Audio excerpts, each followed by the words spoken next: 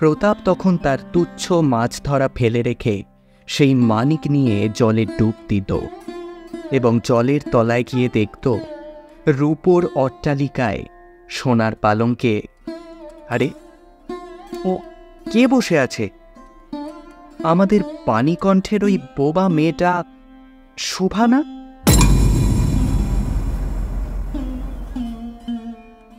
পণ্ডিতেরা বলে থাকেন বোবার নাকি কোনো শত্রু নেই।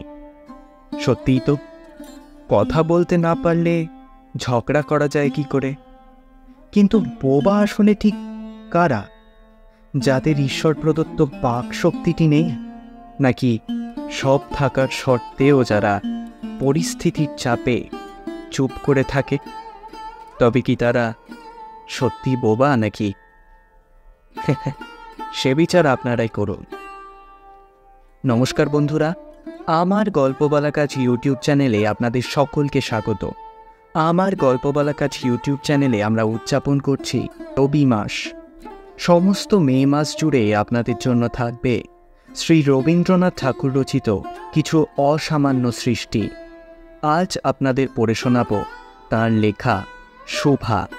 গল্পটি নেওয়া হয়েছে লেখকের গল্পগুচ্ছ এই বইটি থেকে। শুরু হচ্ছে আজকের গল্প শুভা।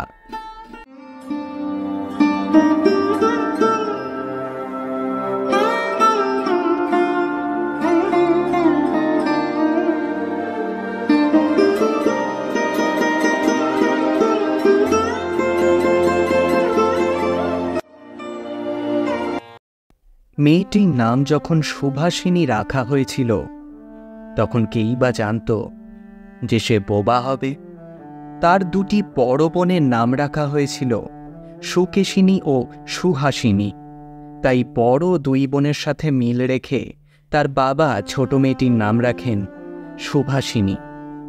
এখন সবাই তাকে সংক্ষেপে শুভা বলে ডাকে। রীতিমতো বেশ খোঁজ খবর নিয়ে ও বিস্তর টাকা পয়সা খরচ করে বড় মেয়ে দুটোর বিয়ে দেওয়া গিয়েছিল। এখন ছোট মেয়েটি বাবা মায়ের হৃদয় নীরব পাথর হয়ে আটকে আছে। সবাই মনে করে যে কথা বলতে পারে না, সে বোধহয় কোনো কিছুই অনুভবও করতে পারে না।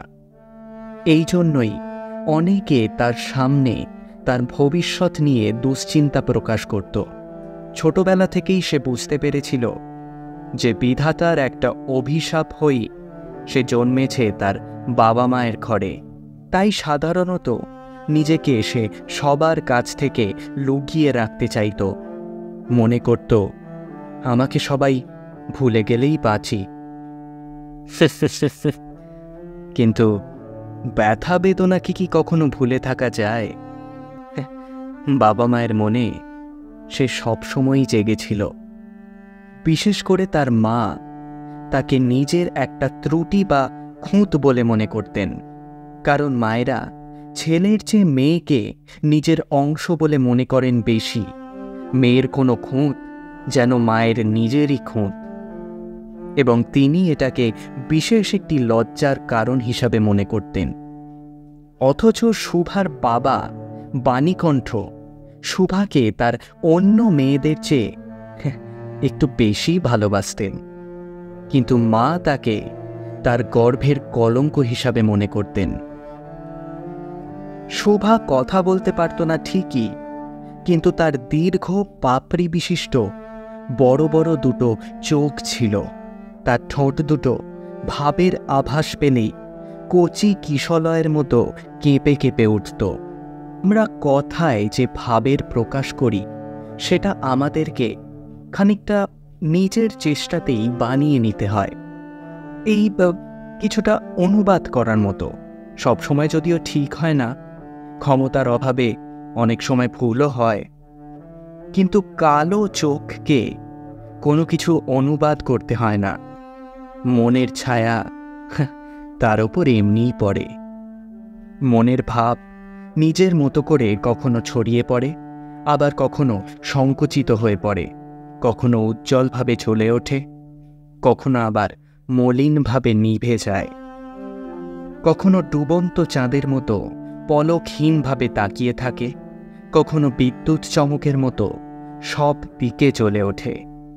যে মানুষটার মুখের ভাব ছাড়া আজীবন কাল ধরে আর কোনো ভাষা নেই, তার চোখের ভাষা অত্যন্ত উদার আর গভীর, অনেকটা স্বচ্ছ আকাশের মতো স্পষ্ট এবং বিশাল। সূর্য উদয় আর অস্ত যাওয়ার সময় যে আলো ছায়ার খেলা দেখা যায়, খানিকটা ওই রকম নিস্তব্ধ প্রান্তরের মতো। এই বোবা মানুষগুলোর মধ্যে বিশাল নির্জন প্রকৃতির একটা মহত্ব আছে। এই জন্য সাধারণ ছেলেমেয়েরা তাকে ভয় পেত, তার সাথে খেলতও না। সে নির্জন দুপুরের মতো শব্দহীন ও সঙ্গীহীন। গ্রামের নাম চণ্ডীপুর।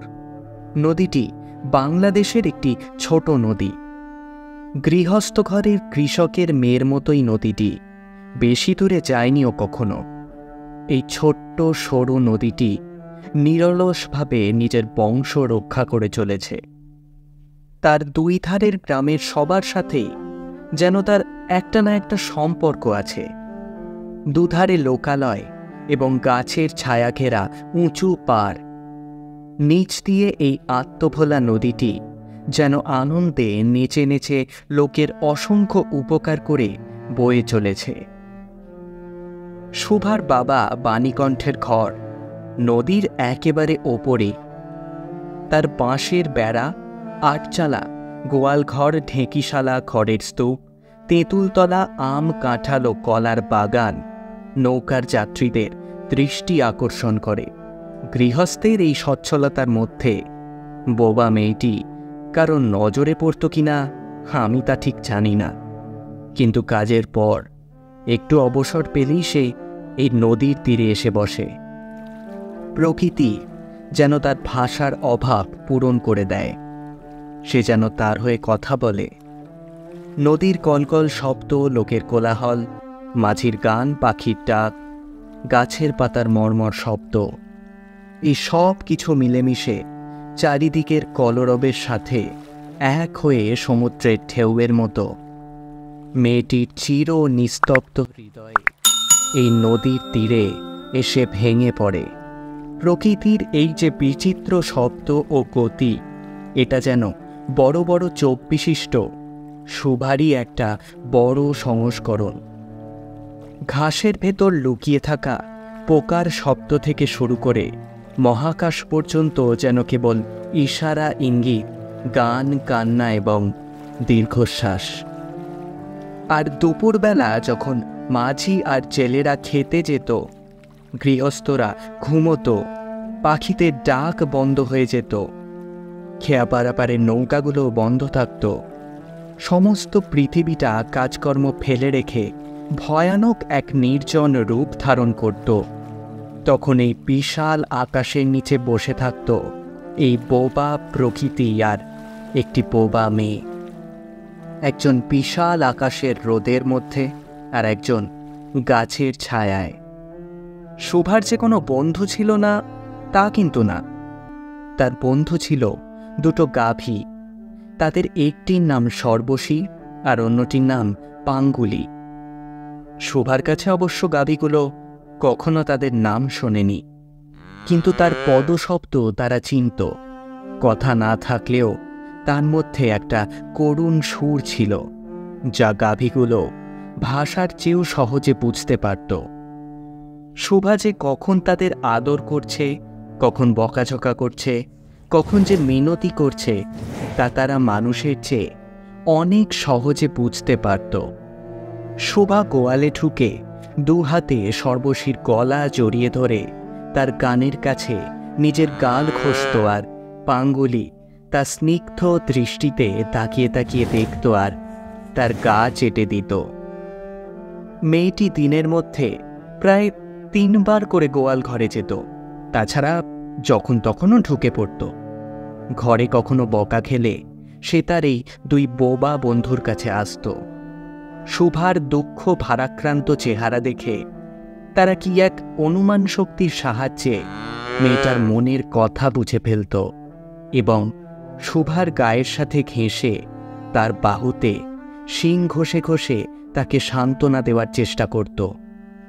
এছাড়া ছাগল ও বিড়ালছানাও ছিল, কিন্তু তাদের সাথে সুভার অতটা খাতির না থাকলেও তারা সুভার প্রতি যথেষ্ট আনুগত্য প্রকাশ করত।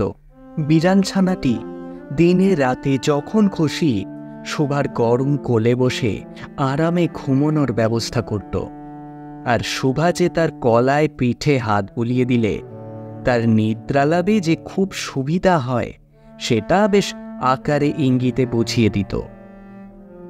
উন্নত শ্রেণীর জীব অর্থাৎ মানুষের সাথেও যে তার একেবারেই বন্ধুত্ব ছিল না তা কিন্তু নয়। তার একটা মানব সঙ্গীও ছিল, তবে সে মানবের সাথে সুভার সম্পর্কটা ঠিক যে কী ছিল তা বোঝা খুব কঠিন, কারণ সে কথা বলতে পারত। সুতরাং দুজনের ভাষা এক্ষেত্রে এক ছিল না। গোসাইদের ছোট ছেলে, নাম তার প্রতাপ। ছেলেটা কোনো কাজের নয়, সে যে রোজগারপাতি করে সংসারের উন্নতি করবে সে আশা তার বাপ মা করে না। অকর্মণ্য লোকজনের একটা বিশেষ সুবিধা হলো এই যে আত্মীয় স্বজনরা তাদেরকে দেখতে না পারলেও অনাত্মীয়রা, মানে যাদের সাথে তার কোনো আত্মীয়তার সম্পর্ক নেই, তারা এই অকর্মণ্য লোকেদের কাছে টেনে নেয়। এরা হয় তাদের খুব প্রিয় পাত্র। যেহেতু এদের কোনো কাজ থাকে না, তাই এরা হয় খানিকটা সরকারি সম্পত্তির মতো। শহরে যেমন দু একটা মালিকবিহীন বাগান থাকা দরকার যেন অবসর সময়ে হাওয়া খেতে যাওয়া যায়, ঠিক তেমনি গ্রামে এই রকম দু একজন সরকারি অকর্মণ্য লোক থাকাটাও খুব জরুরি। কাজে কর্মে আনন্দে অবসরে লোকের অভাব হলে এদেরকে ঠিকই পাওয়া যায়। প্রতাপের প্রধান শখ ছিল ছিপ ফেলে মাছ ধরা। এতে সময় বেশ ভালো কাটে। প্রায় প্রতিদিন বিকেলেই ওকে এই কাজে ব্যস্ত থাকতে দেখা যেত, আর এই উপলক্ষে সুভার সাথেও তার প্রায়ই দেখা হতো। যে কোনো কাজই করুক না কেন, একটা সঙ্গী পেলে প্রতাপের বেশ ভালোই লাগে। মাছ ধরার সময় অবশ্য বোবা লোক পাশে থাকলেই সব থেকে বেশি সুবিধা। এই জন্য প্রতাপ সুভার মর্যাদা বুঝত। সবাই সুভাকে সুভা বলে ডাকলেও সে খানিকটা বেশি আদর মাখিয়ে তাকে ডাকত সু বলে। সুভা তেঁতুলতলায় বসে থাকত, আর প্রতাপ কাছেই ছিপ ফেলে জলের দিকে তাকিয়ে থাকত। প্রতাপের জন্য একটি করে পান বরাদ্দ ছিল সুভার পক্ষ থেকে। সে নিজেই তার জন্য পান বানিয়ে আনত। সুভা অনেকক্ষণ বসে বসে চেয়ে থাকত আর চাইত প্রতাপের কোনো না কোনো একটা কাজে আসতে। পৃথিবীকে তার জানিয়ে দিতে ইচ্ছে হতো যে সেও কারোর চেয়ে কোনো অংশে কম প্রয়োজনীয় নয়, কিন্তু বেচারির কিছুই করার ছিল না। তখন সে মনে মনে ঈশ্বরের কাছে অলৌকিক ক্ষমতা চাইত, যেন সে মন্ত্র দিয়ে এমন কিছু করে ফেলে যাতে প্রতাপ আশ্চর্য হয়ে বলে, আরে তাই তো, আমাদের সুবীর যে এত ক্ষমতা আছে তা তো জানতাম না। মনে করো সুভা যদি জলকুমারী হয়ে আস্তে আস্তে জল থেকে উঠে একটা সাপের মাথার মণি ঘাটে রেখে যেত। প্রতাপ তখন তার তুচ্ছ মাছ ধরা ফেলে রেখে সেই মানিক নিয়ে জলে ডুব দিত এবং জলের তলায় গিয়ে দেখত রূপোর অট্টালিকায় সোনার পালঙ্কে, আরে ও কে বসে আছে? আমাদের পানিকণ্ঠের ওই বোবা মেয়েটা সুভা না? আমাদের সু সেই মণি আলোয় আলোকিত গভীর নিস্তব্ধ পাতালপুরীর একমাত্র রাজকন্যা। এটা কি হতে পারত না? এটা কি এতটাই অসম্ভব? আসলে কিছুই অসম্ভব নয়, কিন্তু তবুও সু প্রজাশূন্য পাতালের রাজবংশে না জন্মে বাণীকণ্ঠের ঘরে জন্মেছে। সে গোসাইদের ছেলে প্রতাপকে কিছুতেই আর অবাক করতে পারছে না। ক্রমে সুভার বয়স বাড়তে থাকে। ধীরে ধীরে সে নিজেকে অনুভব করতে পারে, যেন কোনো এক পূর্ণিমায় কোনো এক সমুদ্র থেকে একটা বিরাট জোয়ারের স্রোত এসে তার ভেতরটা এমন এক চেতনা শক্তিতে ভরে তুলছে যা ঠিক বর্ণনা করার মতো না। সে নিজেকে নিজে দেখছে, ভাবছে, প্রশ্নও করছে, কিন্তু কিছুই যেন বুঝতে পারছে না। গভীর রাতে সে মাঝে মাঝে শোবার ঘরের দরজা খুলে ভয়ে ভয়ে মুখ বাড়িয়ে বাইরের দিকে চেয়ে দেখে বিরাট রাতটাও শোভার মতোই একাকিনী ঘুমন্ত জগতের ওপর জেগে বসে যৌবনের রহস্যে, আনন্দে, দুঃখে, অসীম নির্জনতায় একেবারে শেষ সীমা পর্যন্ত চলে যাচ্ছে, এমনকি তা অতিক্রম করে থমথম করছে। একটা কথাও সে বলতে পারছে না। এই নির্জন, নিস্তব্ধ, ব্যাকুল প্রকৃতির কিনারে দাঁড়িয়ে আছে একটি ব্যাকুল বালিকা। এদিকে মেয়ের বিয়ে দিতে না পেরে তার বাবা মায়ের চিন্তার আর শেষ নেই। লোকে কুকথা বলতে শুরু করেছে, এমনকি এক ঘরে করবে বলেও শোনা যাচ্ছে। বাণীকণ্ঠের টাকা পয়সা বেশ ভালোই, দুবেলা সে মাছ ভাত খায়, এই জন্য তার শত্রুও কম ছিল না। স্বামী স্ত্রীতে মিলে অনেক পরামর্শ করল। কিছুদিনের জন্য শুভার বাবা বাণীকণ্ঠ বিদেশে চলে গেল। অবশেষে ফিরে এসে তিনি বললেন, চলো গিন্নি, কলকাতায় চলো। বিদেশ যাত্রার প্রস্তুতি হতে লাগল। কুয়াশা ঢাকা ভোরের মতো শুভার সমস্ত হৃদয় চোখের জলের বাষ্পে একেবারে ভরে উঠল। কি একটা অজানা ভয় কিছুদিন ধরে সে নির্বাক জন্তুর মতো তার বাবা মায়ের পেছন পেছন ঘুরঘুর করতে লাগল। ডাগর ডাগর চোখ দুটি মেলে তাদের মুখের দিকে তাকিয়ে থেকে কি যেন বুঝতে চেষ্টা করে, কিন্তু তারা কিছুই বুঝিয়ে বলে না। এর মধ্যে একদিন বিকেলে বড়শি দিয়ে মাছ ধরবার সময় প্রতাপ বলল, কিরে শু, কি শুনলাম তোর নাকি বর পাওয়া গেছে?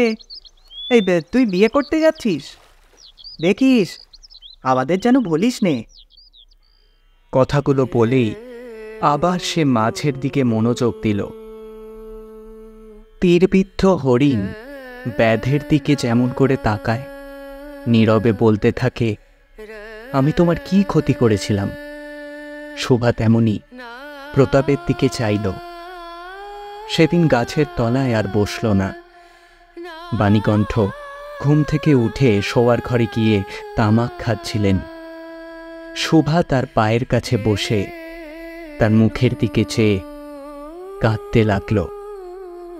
অবশেষে তাকে সান্ত্বনা দিতে গিয়ে বাণীকণ্ঠের শুকনো গাল বেয়ে অশ্রু গড়িয়ে পড়ল।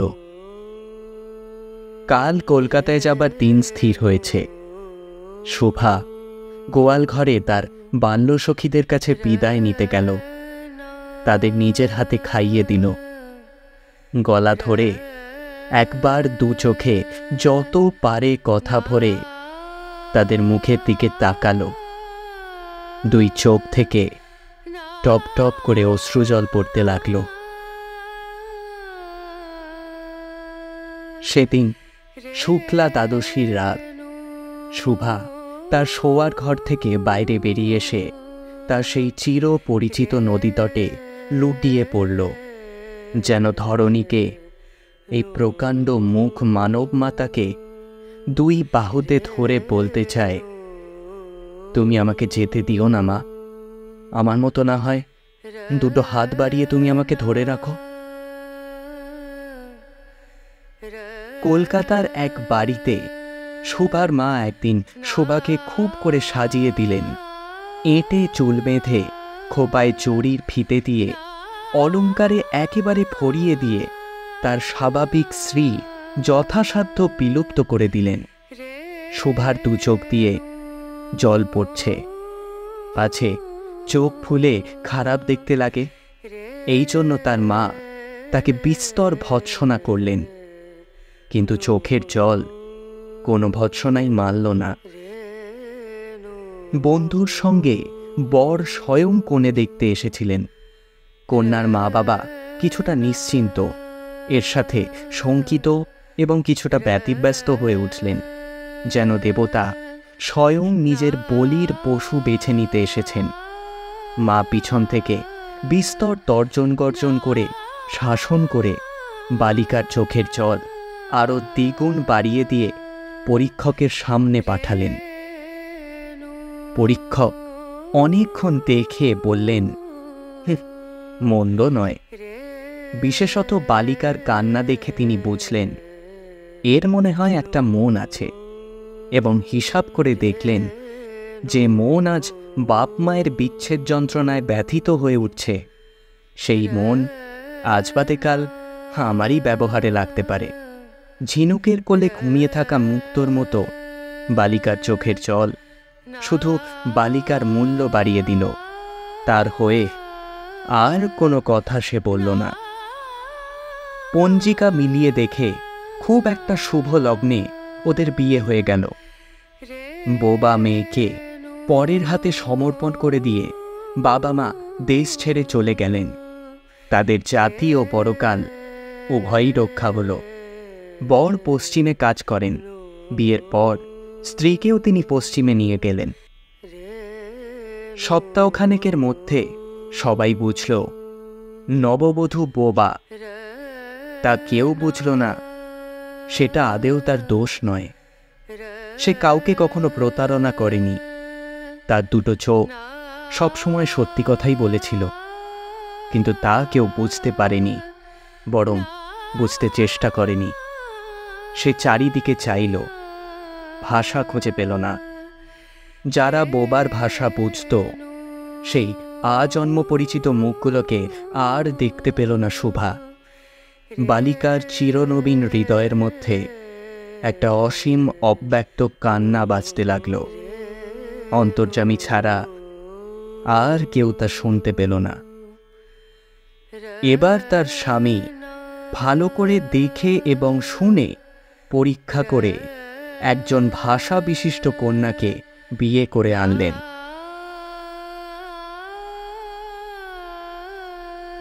শুনছিলেন শ্রী রবীন্দ্রনাথ ঠাকুর রচিত শুভা। কেমন লাগলো আজকের গল্প তা অবশ্যই কমেন্ট করে জানান। গল্পটি ভালো লাগলে লাইক করুন, বন্ধুদের সাথে শেয়ার করুন, আর অবশ্যই চ্যানেলটিকে সাবস্ক্রাইব করে বেল আইকন প্রেস করে দিন। এইভাবেই আমার পাশে থাকুন। খুব তাড়াতাড়ি আপনাদের কাছে নতুন গল্প নিয়ে হাজির হব আমার গল্প বলা কাজে।